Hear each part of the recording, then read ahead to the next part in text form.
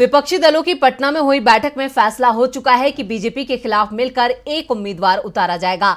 उम्मीदवार किस दल का होगा, इस पर फैसला बेंगलुरु में होने वाली बैठक में हो सकता है। इसे लेकर विपक्षी दलों में 1977 के फार्मूले पर बात बनती दिख रही है।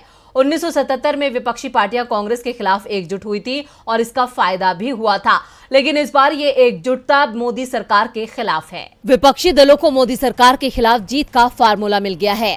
साफ है, बीजेपी को हराना है तो बीजेपी विरोधी वोट एकजुट करना होगा। विपक्षी दलों को एकजुट होकर चुनाव लड़ना होगा और विपक्षी दल एक साथ आने को तैयार भी हो गए हैं। पटना में करीब 1.5 दर्जन विपक्षी दल जुटे थे और सभी दलों में गठबंधन पर सहमति बन गई। अब नजरें सीट शेयरिंग पर टिकी हैं, जिस पर बेंगलुरु में होने वाली बैठक में फैसला हो जाएगा। 13 से 14 जुलाई को बेंगलुरु में विपक्षी दलों की बैठक होगी। वैसे फार्मूला भी तय हो चुका है।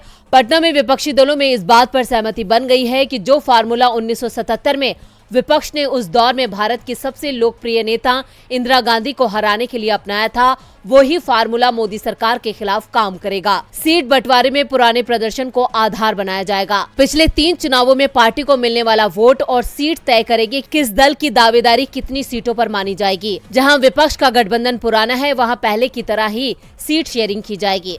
बात अगर बिहार की हो तो सीट बंटवारे में 2015 और 2020 के विधानसभा चुनाव के साथ 2019 के लोकसभा चुनाव का परिणाम देखा जाएगा।